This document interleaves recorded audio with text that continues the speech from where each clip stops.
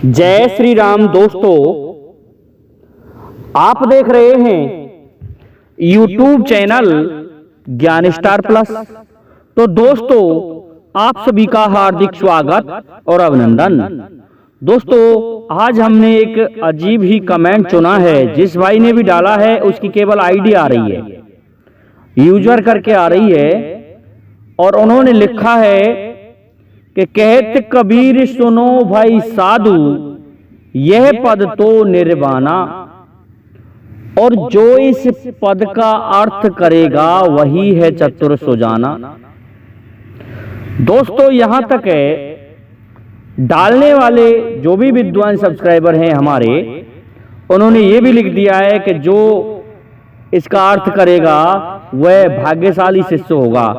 चलो, जहां से भी ये डाला है कोई बात नहीं, हम कोशिश करेंगे। देखिए, कबीर के जो दोहे हैं या कबीर की जो पद हैं कबीर जी के, वो पूरे पद आपने नहीं लिखे, केवल 2 लाइन लिख दी हैं। अब कबीर की तड़क तो कई जगह आती है, लेकिन हम आपको जहां तक है इसी पद को लेके आए हैं और उसका अर्थ भी बताएंगे। साथ ही हम वो पद भी आपको बता सकते हैं थोड़ा बहुत, क्योंकि हमें वो याद नहीं रहा। पढ़ा है अभी हमने कबीर पंथ, उसमें कबीर के ये दोहे और ये पद हमको लिखे मिले, उस हिसाब से हम आपको बताना चाह रहे हैं।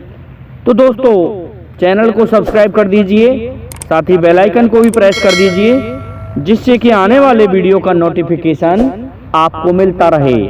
देखिए क्या होता है कि ऐसा है, कबीर जी ने लिखा है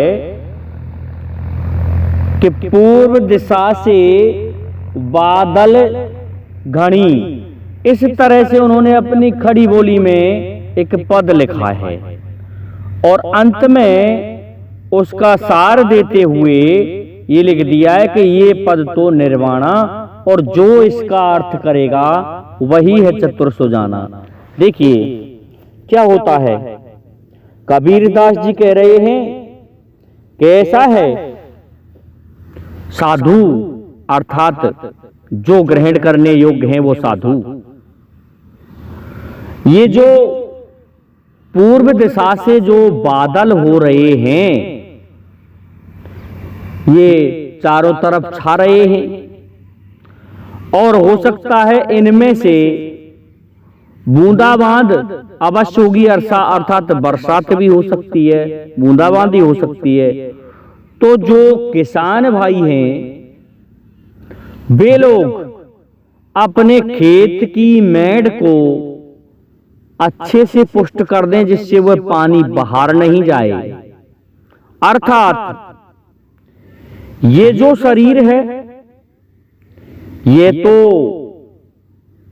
खेत है, और जो गुरु हमारे सतगुरु या जो भी गुरु, उनके द्वारा जो बीज बताया गया है वह बीज है, और परमात्मा ने जो प्रेम रस, उनका नाम रूपी जो बादल है और उससे जो बरसात हो रही है वो परमात्मा का है।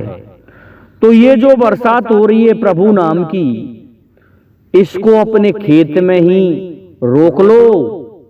ये पानी बाहर नहीं जाना चाहिए, अपने शरीर में ही रोक लो।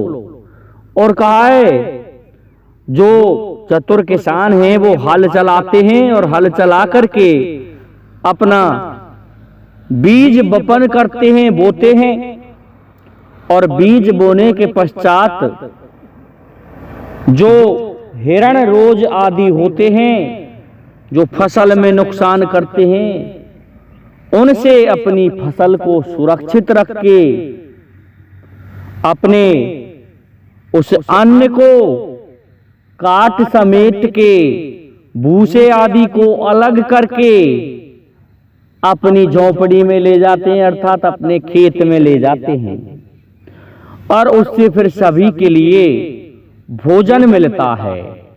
दोस्तों, इसी तरह से जो विद्वान साधक लोग हैं, जिन्हें एक अच्छे सतगुरु की प्राप्ति हो गई है, वो उस प्रभु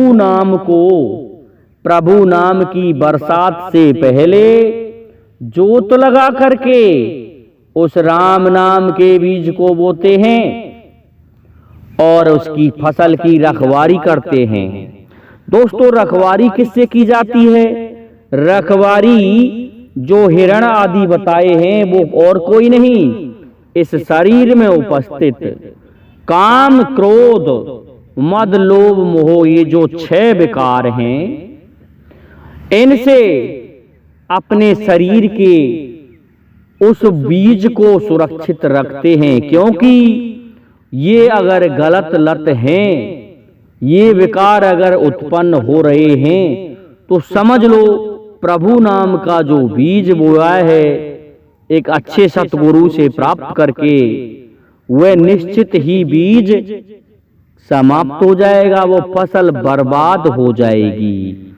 इसी तरह से एक किसान अंत में अपने फसल को पशुओं से बचाते हुए, जंगली खाने वाले जो जानवर होते हैं हिरण आदि, उनसे बचाते हुए, और अंत में भूसा आदि को अलग करके अपने गंतव्य स्थान तक अपनी झोंपड़ी में ले जाते हैं और फिर उससे परिवार सहित बैठकर खाते हैं।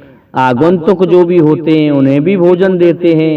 इसी प्रकार से जो व्यक्ति प्रभु नाम का, भगवान का नाम का, राम नाम का जो बीज बोते हैं, उस फसल को सुरक्षित रखते हैं।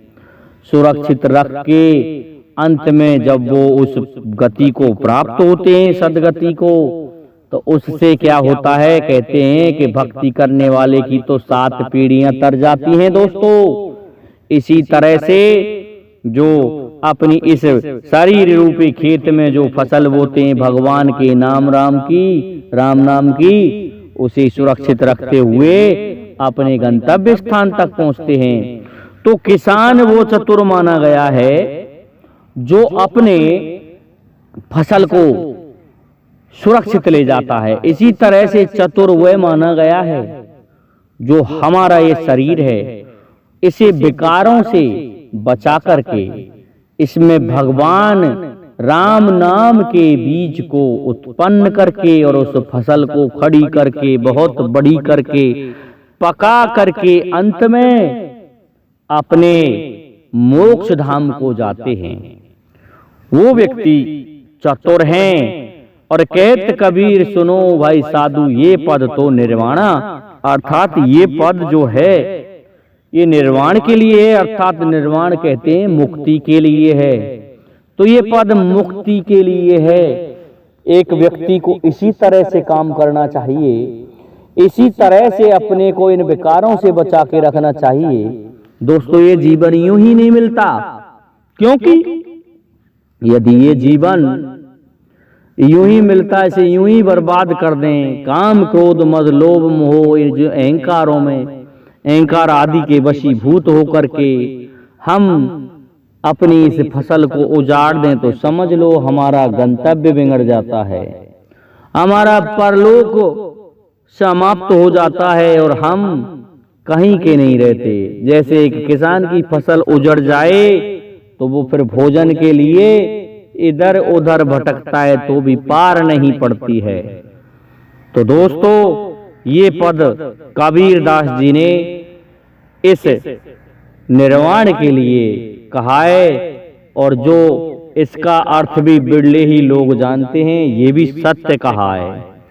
क्योंकि सत्य इसलिए कहा है कि लोग तो फसल पर ले जा रहे हैं, हो सकता है कोई गेहूं की फसल के लिए कह रहा हो, कोई किसी चने की फसल के लिए कह रहा हो, ये नहीं समझ रहा वो कि ये फसल जो राम नाम रूपी फसल है, इसको बचा लो दोस्तों।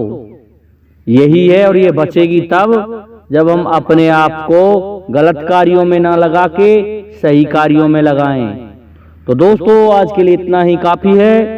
जय हिंद, जय भारत, जय जय श्री राधे, जय जय श्री राम।